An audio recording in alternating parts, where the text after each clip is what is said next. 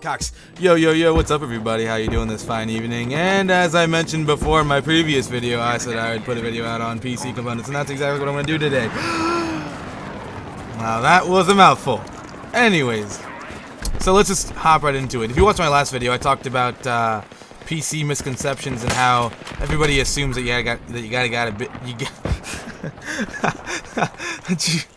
gotta have a $1 billion like PC. And I over exaggerate, by the way. You don't really have to have $1 billion for you trolls out there. You fucking trolls.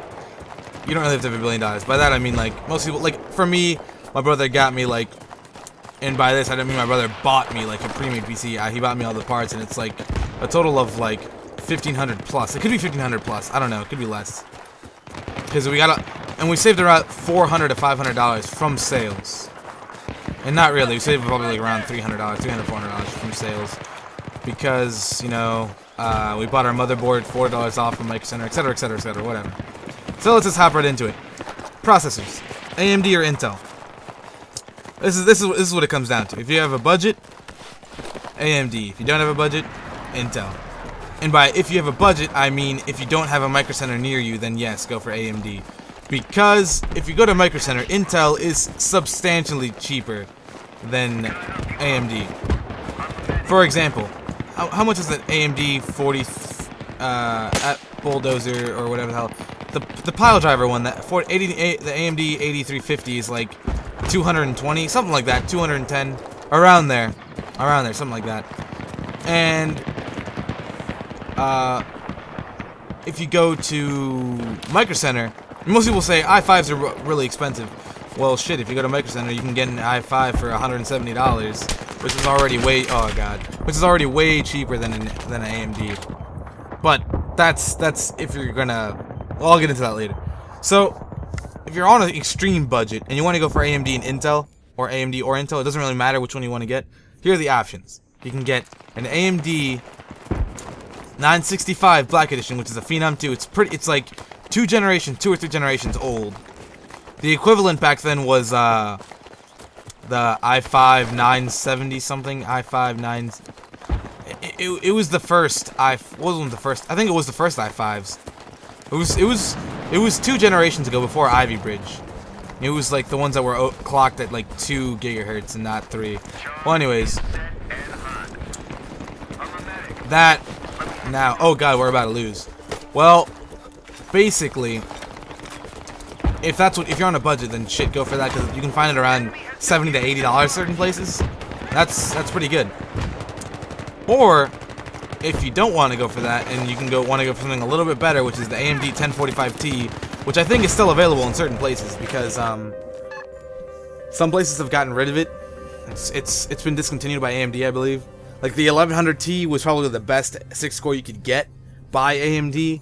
And I think it's still better than the new AMD 6300 pile driver FX, whatever the hell it is, 6-core.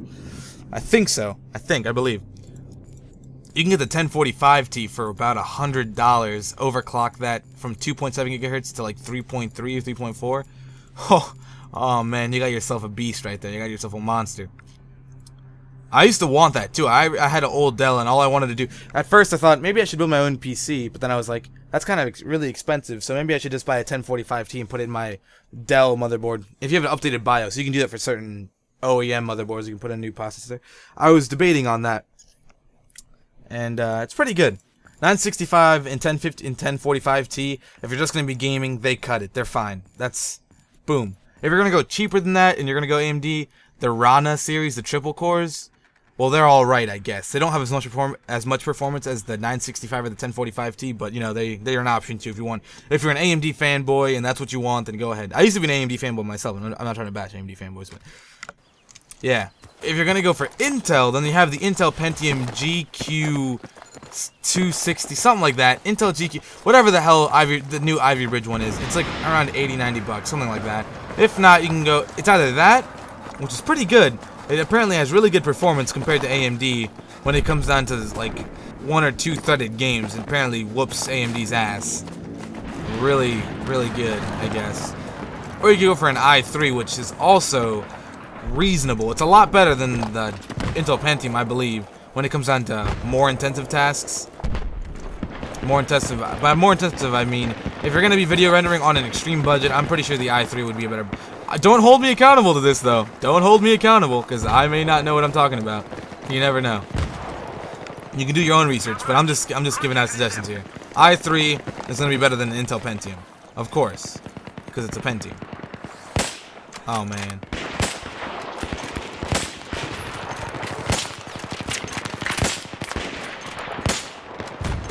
Oh, he's dead. And now a step up from very entry level. The step up would be the i5 for Intel. The i5. You have a crap load of options. You have Sandy Bridge. What was it before that? Yeah, the original i5 was like the 950 or something like that. I don't remember. I said it early in the video. I don't know what the hell it was. You had that.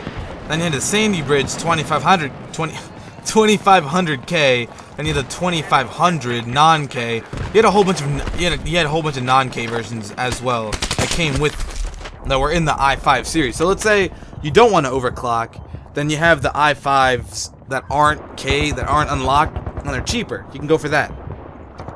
But I say, if you're gonna go for Intel, then hell, go to Micro Center. If you can find one, even if it's like an hour or two away, it's worth the money, because if you buy one from Newegg, it costs how much? $220? I think it's $220. But if you go to Micro Center, it's $170. That's a $50 difference. Shoot! Gotcha. Oh man. See, that's the big difference. If you're gonna go for AMD, when there's no Micro Center near you, no Micro Center nearby, nowhere. You've checked all the computer stores near you, and there's no Intel that's cheaper than AMD, then shit, go for AMD. But I'm pretty sure places like Fry's, I don't even know what Fry's is, but I've heard it mentioned on forums. Pretty sure places like Fry's and Micro Center are the ones that have really cheap Intels.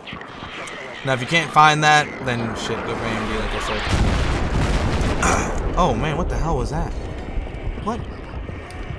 And yeah, if you don't know, the K's mean that they're unlocked, and by that I mean when you get a motherboard and you go into your BIOS options, it lets you overclock.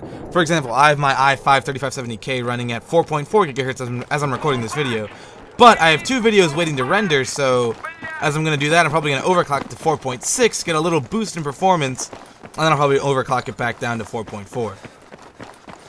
If you don't want that option and you don't want the risk of you know, burning your CPU out if you don't know how to do it. If you have the ASRock Extreme 4, it has a turbo boost option. I'm not very good with overclocking myself, and if you guys start trolling me in the comments for this, well shit, because there's a big difference between overclocking yourself and like that turbo boost that ASRock has. Because if you overclock yourself, then you have the option to change the voltages and all that. Mine, I have it on auto voltage set, so it'll auto volt, and I have a Hyper 212 Evo in the basement, so it's kind of pretty. It's pretty nice down here. It's like ambient temperature's like 23 degrees, something like that, 23, 24 Celsius, not Fahrenheit. If it was Fahrenheit, oh shit, I'd be freezing my ass off. So yeah, if you're gonna overclock and you want that extra performance boost, I might put out a tutorial on how to do that. I might, if I can get some sort of way to record the BIOS screen. I will do that for you if you want me to. Jesus! If you don't want to overclock, then don't go for K series. Just like AMD, they have the 6300. I'm pretty sure I don't know if all of them are unlocked. I think most of them are unlocked. So either way, if you go for AMD, I'm pretty sure all of your options, all of your higher end FX options are overclockable. Now, if you go past that, if that's like I said, you got the 965 and the 1045 Ti for AMD just for gaming, and the i3 and Intel Pentium just for gaming. The i5s are more oh, and those entry levels are, if you're not going to be using your PC much, then that's pretty much all you need. If you're going to be gaming, I recommend i5s or the 6000 series by AMD or the 8000 series by AMD. I wouldn't go into less than that for gaming if you want to max games. Now, like I was saying, after i5s, you have i7s, which are more for rendering. And, well, right now, let's say in the future, if I want to upgrade, I probably will upgrade to an i7 3770K. I probably will. This is not a like, you know, I won't. Maybe I will. I probably will in the future, sometime, maybe a year from now. I don't know. If not, then I guess I'll keep my i5. There's nothing wrong with the i5, but I render a lot of videos, so right now I render at like a 24. No, I render a 30 gig video around 15 minutes, which is it's a hell of a lot better than my old AMD Phenom 1 that it took me like 3 hours to render that. It's way better and I love it. It's godly. But if you're gonna be doing a lot of Photoshop and stuff and you want the best performance, then shit, go for i7s. Now you have now switch sides. Oh, and then there's extreme options available, like the i7 3930X or whatever the hell they are. And those are like, I'm pretty sure those are 6 cores. I think so. Because the i7s are 4 cores with 4 threads. They're hyper-thread, so it's basically like an 8 core.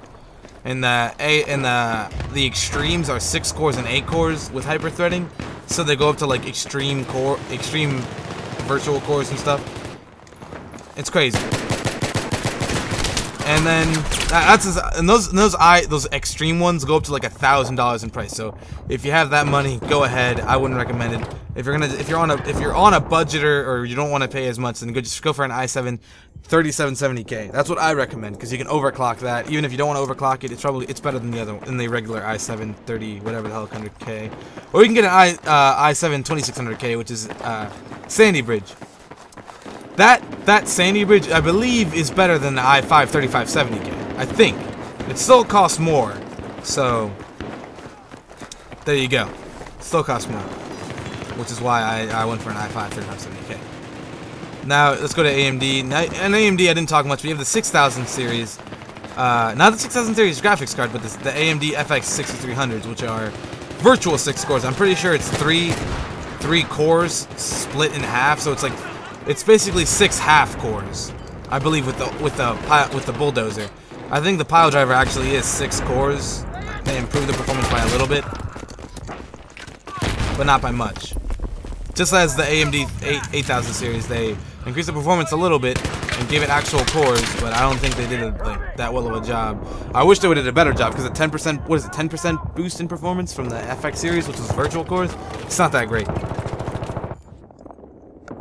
And those are your options. In the 6000 series is normally like 150-ish, 140-ish. I think. I don't remember the prices. You could be less or more. Then you have the 8000 series, which is around not 180 to 210, around there. And now if you're going for AMD 8000 series and you wanna, because the performance isn't that great. It's just that it overclocks at 5 gigahertz easily, and many people see that as like a huge performance boost, but it really isn't. It's not. I can overclock my i5 to 4.6 and whoop an AMD 8000 series ass. It's really not that hard. Now that's CPU side. Now if you want motherboards doesn't really matter what you get, because all that's really different between motherboards is the cooling on them, because some of them might get a little hotter than others. That's basically it, but you shouldn't have a problem with cooling on motherboards. And overclockability, which is why some of them have better cooling. The ones that are like $500 motherboards, those are just because if you want to, like, you can overclock i5s to the extreme, like 5 gigahertz, if you wanted to, if you're going on water cooling. I'm pretty sure water cooling keeps i5s cool, extremely cool. So that's why people get those extreme motherboards.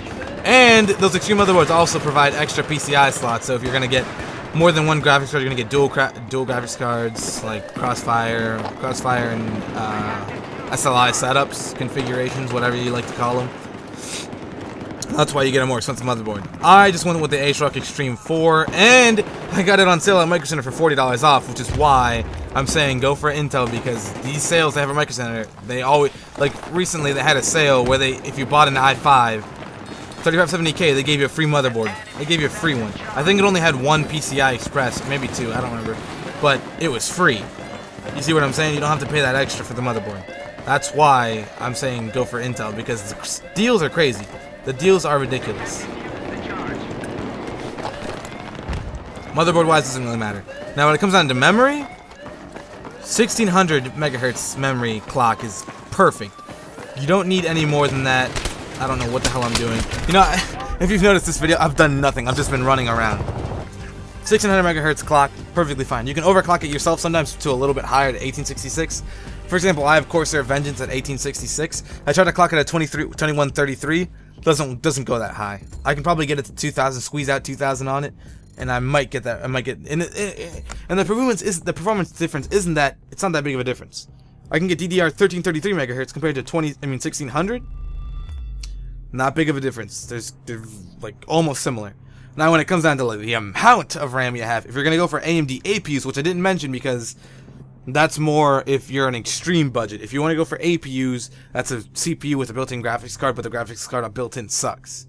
Don't expect it to do Battlefield at medium settings. It'll do Battlefield at low settings, at small resolutions, and you can always crossfire it with a discrete graphics card, but it still won't be as good. Which is why I didn't propose that option, because I recommend you don't do that. But if you're on an extreme budget, go ahead. I don't give a shit. Do whatever you want. You know, I don't want to be kind of rude there, but you know, I don't care. I don't. You know, it's your thing. Anyways, I just lost my whole track of thought. Oh, anyways, the AMD APUs, if you're going for that, they use system memory. So if you're gonna use the graphics card built in on that, I really would not recommend getting 4 gigs of memory because, well, you'll just be screwed there. Go for 8 gigs of memory because it uses your system memory for your graphics card memory. Actually, I wouldn't even recommend going 8 gigs. I recommend getting like 12 gigs. That's what I recommend. Because let's say you're in a graphically intensive game such as Battlefield, which uses like, what does it use? Like 1 gigabyte, 1 or 2 gigabytes of memory on your graphics card, I believe. I wouldn't skimp out on the memory. And then you got, that's as high as I go for the APUs, 12 gigabytes. If you're going to be just gaming, I just go for 8 gigabytes if you're not using an APU, because you really don't need that much memory. I have 16 gigabytes just to make sure I won't have any bottlenecking, because if I'm doing video rendering and all that, that's the only time you'll ever use more than 8 gigabytes if you're video rendering. If you're not, well, you don't need any more than that, and don't try to justify your reasoning if you're getting more. You really don't need it. Don't waste the extra $40 on it. You don't need it. Now, you don't have to get extreme memory either. You can get those, like, the memories without the heat sinks on them. They look kind of ugly, but there's really not that big of a performance issue besides cooling. That's all it is. Cooling. And, yeah, that's it. Nothing else. You can go for, I believe, the G-Skill Sniper series on Newegg has a 1600 megahertz clocked one for $30, 32, 34. You really don't need expensive RAM. Like, you don't need 8 gigs of like $60 RAM. You don't need it. Don't need it. For example, I bought my 16 gigabytes of Corsair Vengeance 1866 RAM for $70. You really don't need to get those excessive speeds. I got the excessive speeds because I just want a little bit of extra performance. Because, well, shit, I guess I had. Well, I didn't really have the money. Someone else had the money to get it, and he offered it. So, I guess if you're gonna go for faster speeds, then there you go. That's when it comes down to memory. You really, if you're gonna be doing just gaming, 8 gigabytes is all you need. You don't need more than that. 16 gigabytes, maybe 12 gigabytes. Then I guess 8 to 12 is fine for gaming. 16 over 12, then I wouldn't even. And that's kind of cutting it. That's kind of cutting it loose. You really don't even need 12. Most people will. Someone will probably leave a comment saying you don't need 12. Well, I'm just saying people that want more memory, and then there you go. 12 is the max. Don't go any higher than that. 16. Like I said. Photoshop. If you, let's say you're rendering a video while doing Photoshop, while doing Adobe Illustrator, while something else, and having all these applications open, and you have an i7 Extreme, whatever the hell, then yeah, you're gonna need more memory than 8 gigabytes, definitely. Anyone have a game running in the background too? Well, there you go. Now, that's memory. Now, when it comes down to video cards, this is where it's extremely important. If you want to build a computer just for, let's say you're building it for someone else and you just want to build it for surfing the web, well, then you really don't need a good graphics card. You can get like a 6450 or a 5450 or a 4350, as a matter of fact. You don't need that extra performance. That's all you really need. And you're going to be playing like small flash games or small games like Minecraft. Actually, I wouldn't go as far back as a 4350, but I'd go to a 5450 or a 6450. That's what I'd go to. If you want a little bit extra performance, as in you're playing League of Legends and you want to play it on very high settings with like medium shadows, then a 6670 or a 7770 or a 6670, a 6770 or a 7750 is perfect. You don't need any more than that. That's beautiful. It's golden. 7770s, on the other hand, they're juicier. They got the extra performance. If you can't afford the newest series, which is the 7000 and the 600 GTX series, then go previous. Don't go as far back as the 200 or the 8800 GTs, because they're horrible. I'm not trying to bag on anybody that has them, but really, in today's day and age, and you're using an 8800 and you're playing these, trying to play modern games, there's something wrong with you. Get a better. What the hell was? Holy shit! I just got a fucking. Oh, I got a headshot on him across the map.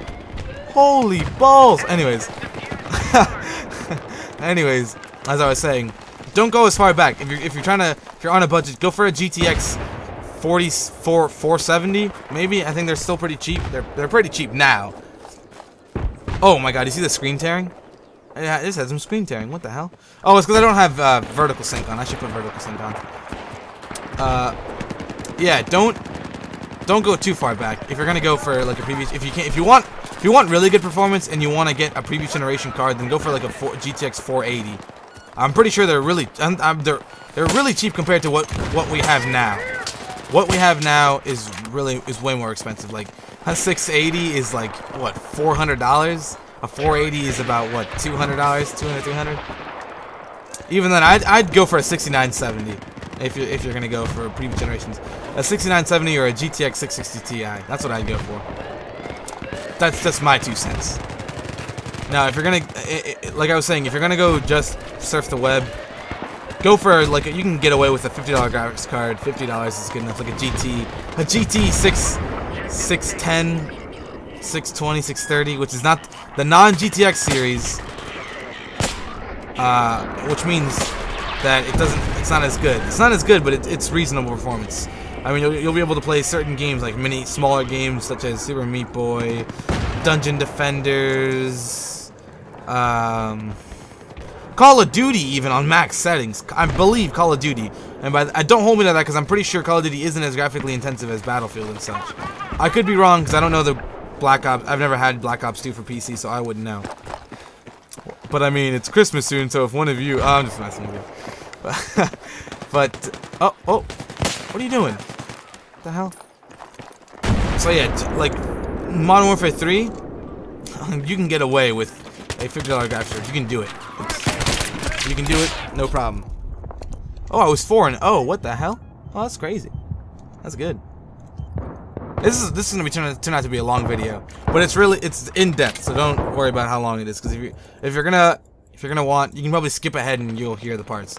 But anyways, what was I saying? Oh, and now a GTX 680 and the 7900 series, like the 680, 670, and the 7900 series, those are for extreme performance. If you're on 1080p, then a 680 probably wouldn't be the best bet for you. I have a 7950, and in certain games it'll drop. In Battlefield, sometimes, depending on what map, it'll drop down. It will. I'm not trying to say that the 7950 is bad, because I have it and I love the 7950. Especially because I have the XFX Double D edition that looks amazing. That's for extreme performance. You can even go for a 7870. You can max Battlefield 3 at 60 FPS, solid. I'm pretty sure. 7950s are more for, they have extra memory, because I think 7870s have 2 GB and 7950s have 3 GB. It's meant more for multi-monitor gaming. I, on the other hand, am a video recorder, so I need the extra juice, so my frames will drop. I need to have the extra juice there. I'm probably gonna sell my 7950 too. I'm probably gonna sell it and get a 7970 or a GTX 680 or something like that. Probably will. Because I want to get solid 60 FPS in almost every game above. I'll probably go for a 680 too, because I want to see. I've never had an NVIDIA card. And I want to see how that side of the end is. Probably EVGA too, because they cover overclocking, which is really nice. Anyways, as I was saying, 680 is really overkill with 1080p. If you're gonna go for something like that, 7950 is high as I would go for 1080p, unless you're a speed freak and you want to get like the biggest frames and show off. Then go for something like 70 GHz edition or 680. 670 can max almost every game plus above 60 FPS, so you're good in that department. If you're gonna go for a 670. Now, That's video cards wise. There's craploads of series too. They have the 6000, 5000, 4000 series for AMD, 7000 series, and you have little brackets. You have the 7700, and you have the 7800 and the 7900. Each one goes up by like $50 to $100 price increase. Just as Nvidia has their 200, 300, 400, and 500. I think. What the I committed suicide. Yeah. Well, anyways, and then they have the GTX 650, 650 Ti, 660, 660 Ti, 670. There's no 670 Ti and there's a 680 because you really don't want a 670 Ti because that's basically a 680 right there. So yeah, and those prices go up by $50 to $100 too. Each increment they go by. I think when you get to the 660, so they start going up by 50, and then that's 650 to 660 Ti to 670 is $100 increase, I think. But if you have the extra money, go for a 670, definitely go for a higher end card. If you're gonna want to max games, if you're gonna go for an i5 configuration too. If you're going for an i3 and a 7950 or a 670, well shit, like kiss my britches and call me Sally or something else, because you're crazy. You're a daredevil is what you are. And I'm pretty sure you can overclock the i3s, but not by much, so well shit, if you're gonna do that, then you're gonna want to overclock that bitch. This is the AMD. If you're doing that, you're gonna want to overclock it, because I don't think those cards will handle the really, really powerful 600 series or 700, 7000 series. That's video card wise. Now, it all depends on what you're gonna do too, because if you're gonna be rendering, I think for Photoshop and stuff, I'm pretty sure I think Nvidia still hands down is the best for rendering. But AMD also, if you have OpenCL on the most graphics cards now have OpenCL. You can render with OpenCL many times, so that's an option too. They boost performance by a shitload, trust me. Because I go from 4.4 GHz i5, 15-minute render, and then using OpenCL to a 14-minute render. It's a big difference.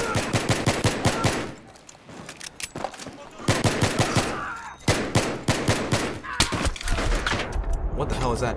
So yeah. And what else do we have left? Oh, hard drives and SSD. This is the biggest thing right here. Hard drives and SSDs.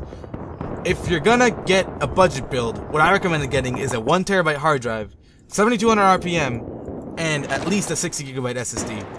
That could be expensive. That could be too expensive for some of you, but it's worth it. Trust me, because all of you know how bad it is when your hard drive starts to slow down and it starts taking like a minute or two to load, and you get really mad at it. SSDs never slow down. Right now I have a Vertex 4.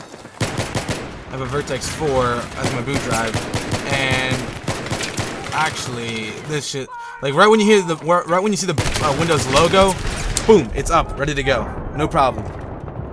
Besides the hard drive, you have to wait for it to load up and such. I mean, if you're a speed freak, you can go for the new OCZ Vector, which I'm pretty sure is one of the fastest SSDs out. I think. Don't hold me to that. It could be it's one of the faster ones. More expensive too, because I'm pretty sure a 128 GB Vector is like $180, something like that. Or you can get a Vertex 4, which is ridiculously fast too, for 130, I believe. I got mine for 70 on Black Friday, which is where you typically want to get most of your PC parts, Black Friday and holidays and such. Like right now, as it's Christmas, oh man, if you're gonna build your PC, go nuts, go crazy, man. So many deals. That's what I recommend. If you're gonna be extreme, well then go ahead and get like 500 GB SSDs and use those in RAID 0 or something. And if you don't know what RAID 0 is, I'll put another video out. Actually, I'll explain it really briefly right now. RAID 0 is basically you use 2 hard drives, and it's like, let's say you have a sequence 0, 1, 0, 1, 0. It basically takes the 0 and puts it on one hard drive and the 1 on the other hard drive, and 0. It basically switches between hard drives during write sequences. So it doubles the size of your hard drive. It combines them into one hard drive and doubles the performance. So the read speeds and the write speeds, crazy. They go up crazy amounts. But it's not as reliable as RAID 1, where the hard drives are basically copies and they read twice as fast but write no faster. What is this guy doing here? Hard drives, RAID 0? If you want to. You can raid those if you want to. RAID 1. There's also RAID 5 and stuff. I don't know too much about RAID 5 and up. I'm not that big. I'm actually just a computer average. I'm a computer enthusiast average. I don't know that much. I mean, if you want to learn a lot more than what I'm telling you, then go to forums, because they'll tell you exactly what each one of these things is. And I think we're already like 3 games in, and that's like our 40-minute mark here. I'm pretty sure I wrapped everything up. Now, when it comes on computer cases, your preference. Monitor, your preference. I prefer 1080p, because who doesn't want 1080p in this day and age? Let's conclude. 965 1045T for budget CPU. And then you have the 4000, 6000, and 8000 series by AMD if you really want to go for AMD. You have the i3, and you have the GQ Pentium, whatever. Then you have the i5, i7, and the Extreme i7s.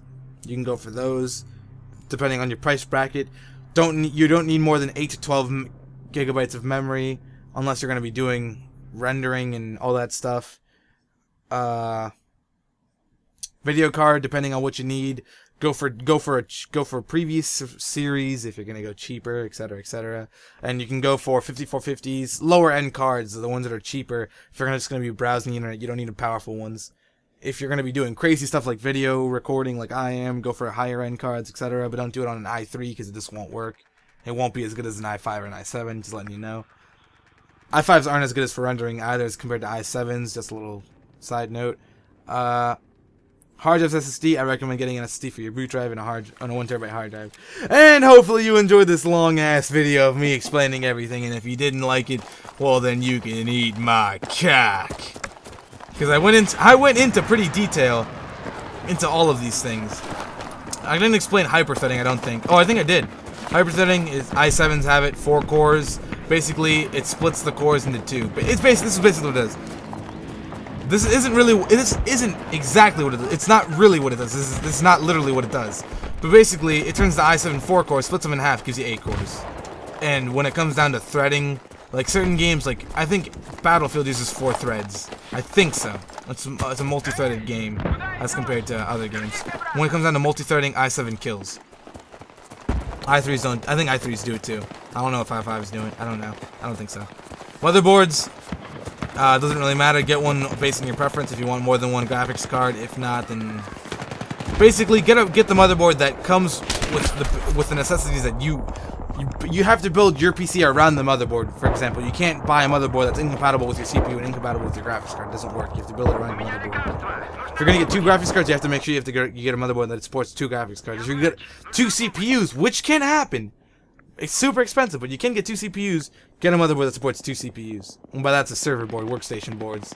And they support graphics cards, but they typically aren't for gaming. They're more Intel Xeons for rendering stuff. That's extreme.